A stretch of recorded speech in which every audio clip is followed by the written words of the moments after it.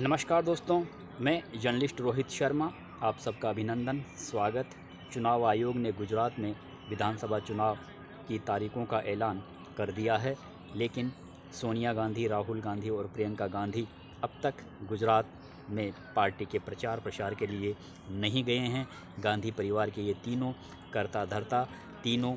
वरिष्ठ नेता अब तक गुजरात के विधानसभा चुनावों को लेकर पूरी तरह से मौन हैं। एक तरफ गुजरात के विधानसभा चुनावों को लेकर गांधी परिवार पूरी तरह से मौन है, तो दूसरी तरफ राहुल गांधी जो पिछले कुछ दिनों से भारत जोड़ो यात्रा निकाल रहे हैं और इस यात्रा को अलग अलग स्टेटों से होकर निकाला जा रहा है। यात्रा से बड़ी संख्या में लोग जुड़ रहे हैं, अच्छा रेस्पॉन्स भी मिल रहा है। राहुल गांधी अलग अलग स्टेटों में जाकर अलग अलग स्टेटों के लोगों को ये बताने का प्रयास कर रहे हैं कि वे उनके घर के सदस्य हैं, लोगों से मिल रहे हैं, मुलाकात कर रहे हैं, उनके दिल को टटोल रहे हैं, उनके मन में क्या चल रहा है, वे भारत के भविष्य के बारे में क्या सोच रहे हैं,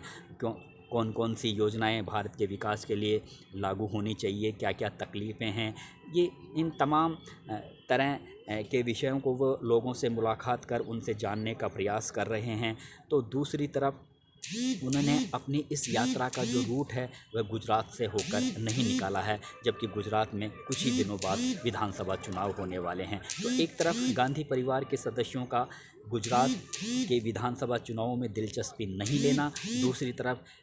भारत जोड़ो यात्रा का जो रूट है वो गुजरात से होकर नहीं निकालना। तो ये जो दो बड़े सवाल हैं यहाँ पर आकर अपने आप ही खड़े हो गए हैं, क्योंकि भले ही इस समय मल्लिकार्जुन खड़गे इस समय कांग्रेस पार्टी के राष्ट्रीय अध्यक्ष पद पर तैनात हों, लेकिन ये हकीकत है, सत्य है, अभी भी अधिकांश कांग्रेस जन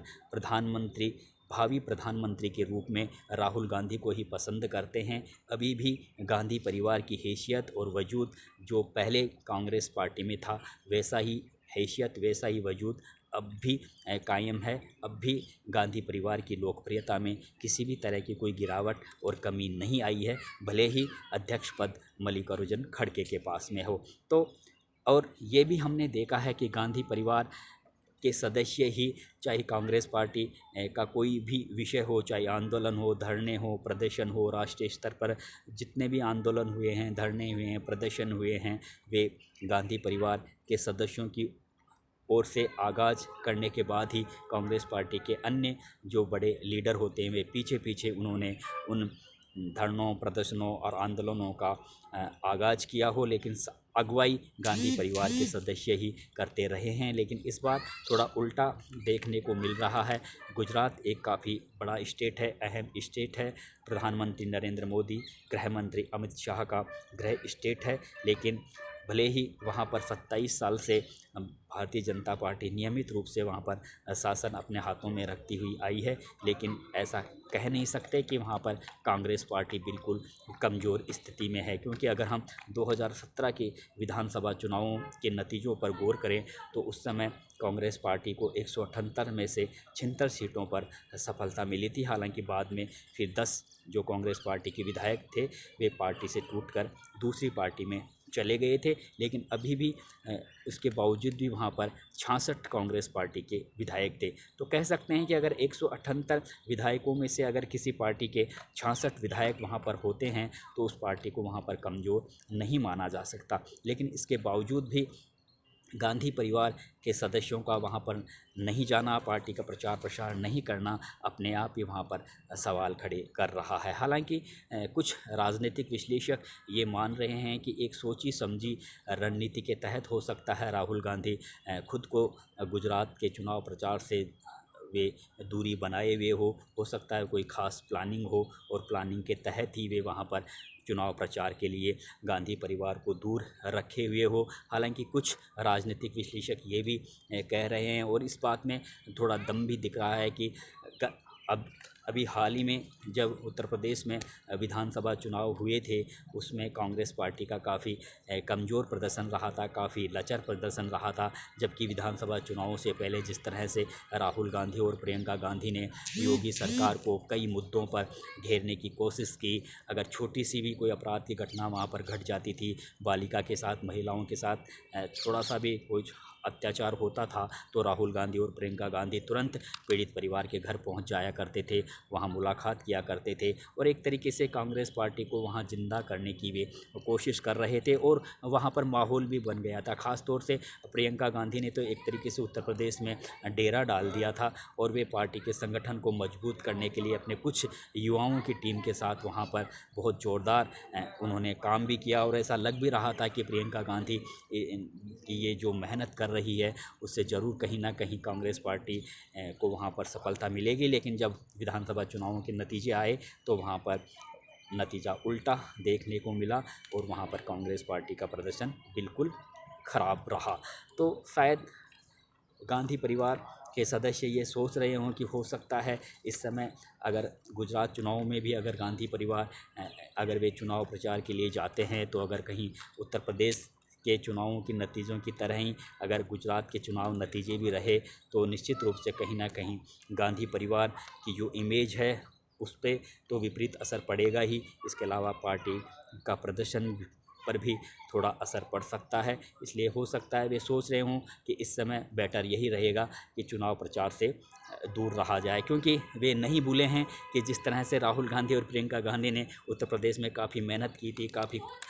पसीना बहाया था, लेकिन इसके बावजूद भी वहाँ पर कांग्रेस पार्टी को सफलता नहीं मिली। तो हो सकता है इसी रणनीति के तहत वे ये सोच रहे हों कि अभी फ़िलहाल गुजरात में उनका जाना ठीक नहीं रहेगा। दूसरा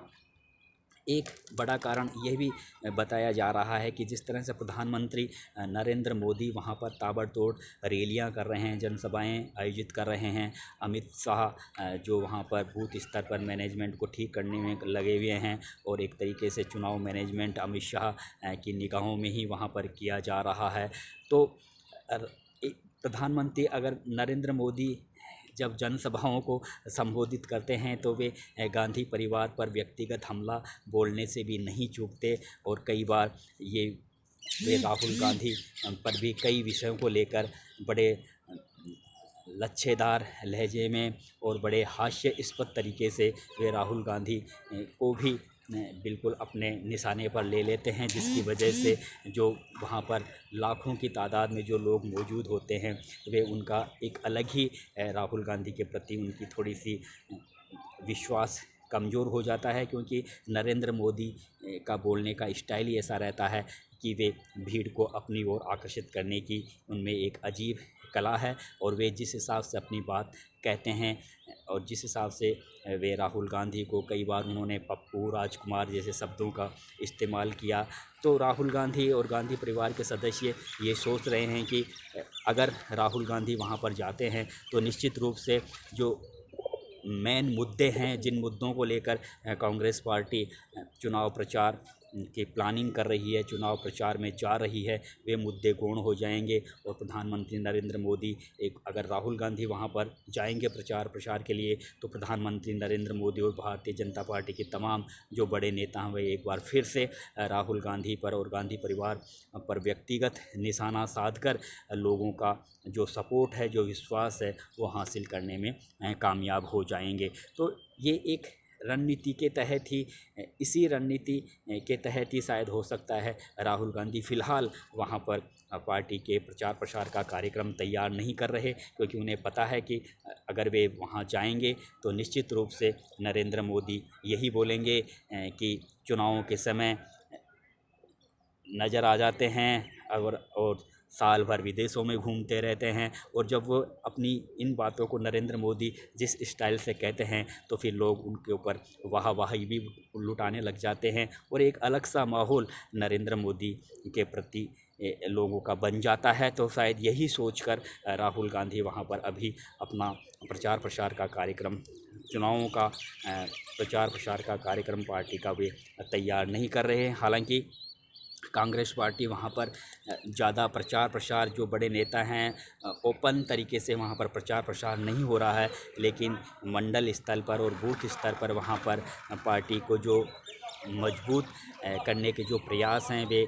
कई महीनों से जारी हैं और मंडल स्तर पर वहाँ पर कुछ रैलियाँ भी हो रही है। जो लोकल मुद्दे हैं वहाँ के, उन मुद्दों को लेकर कांग्रेस पार्टी के नेता जनता के बीच में जा भी रहे हैं। लेकिन बड़े स्तर पर जो प्रचार होना चाहिए, जिस तरह से वहाँ अमित शाह और नरेंद्र मोदी और भारतीय जनता पार्टी के कई बड़े नेताओं के वहाँ पर जो सभाएं हो रही है, इस तरह का बड़ा कार्यक्रम फ़िलहाल वहाँ पर कांग्रेस पार्टी की ओर से आयोजित नहीं किया जा रहा। लेकिन ये कहा जा रहा है कि कांग्रेस पार्टी और भारतीय जनता पार्टी के बीच ही वहाँ पर कड़ी टक्कर है। हालांकि आम आदमी पार्टी ने भी इस बार दमदार तरीके से अपनी उपस्थिति दर्ज करवाई है। जानकार लोग ये भी कहते हैं कि आम आदमी पार्टी इस बार वहाँ पर भारतीय जनता पार्टी की तुलना में कांग्रेस पार्टी के वोट ज़रूर काट सकती है। वो कितने वोट काटेगी ये तो आने वाला समय ही बताएगा। लेकिन फ़िलहाल ये ज़रूर है कि गुजरात में कांग्रेस पार्टी को ज़्यादा कमज़ोर भी नहीं माना जा सकता, क्योंकि वहाँ पर कांग्रेस पार्टी छत्तीसगढ़ और राजस्थान सरकार के कामकाजों का बखान करके वहाँ पर लोगों का समर्थन हासिल करने का प्रयास कर रही है। लेकिन कुल मिलाकर बात यही है कि जब तक गांधी परिवार के सदस्य वहाँ जाकर लोगों को विश्वास में लेने का प्रयास नहीं करेंगे या अपनी ओर से वहाँ पर लोगों का और पार्टी जनों को अपने से बांधने की प्रयास नहीं करेंगे, तब तक शायद कांग्रेस पार्टी को जितनी सफलता मिलनी चाहिए उतनी शायद वहाँ पर नहीं मिले। इसलिए कांग्रेस पार्टी के एक बड़े धड़े का कहना है कि राहुल गांधी, सोनिया गांधी और प्रियंका गांधी को वहाँ पर जल्दी से जल्दी जाकर पार्टी के प्रचार प्रसार की कमान अपने हाथ में लेनी चाहिए। हालांकि पार्टी के कुछ बड़े नेताओं से मेरी बातचीत हुई है, तो उनका भी यही कहना है कि चुनाव से ठीक पहले राहुल गांधी की वहाँ पर कुछ सभाएं हो सकती है। लेकिन फ़िलहाल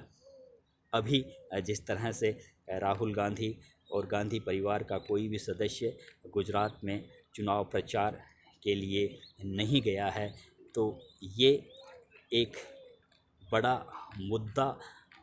पार्टी में और हिंदुस्तान की राजनीति में ज़रूर बना हुआ है। लेकिन यह भी सत्य है कि हो सकता है ये राहुल गांधी की सोची समझी रणनीति का ही कोई हिस्सा हो, क्योंकि ये अक्सर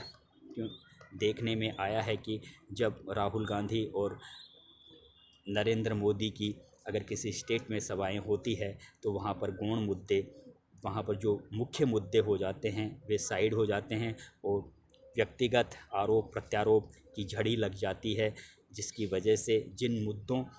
को लेकर जनता के बीच में जाना चाहिए उन मुद्दों की बातें जनसभाओं में नहीं होती, सिर्फ व्यक्तिगत हमले होते हैं। तो राहुल गांधी यही सोच रहे हैं कि फ़िलहाल वहाँ पर नहीं जाया जाए, क्योंकि वैसे भी प्रधानमंत्री नरेंद्र मोदी पूरी ताकत से वहाँ पर अपनी जनसभाएं आयोजित कर रहे हैं। अक्सर पहले उन्होंने कई जगहों पर जनसभाएं आयोजित भी की है। तो राहुल गांधी फ़िलहाल यही सोच रहे हैं कि अगर वे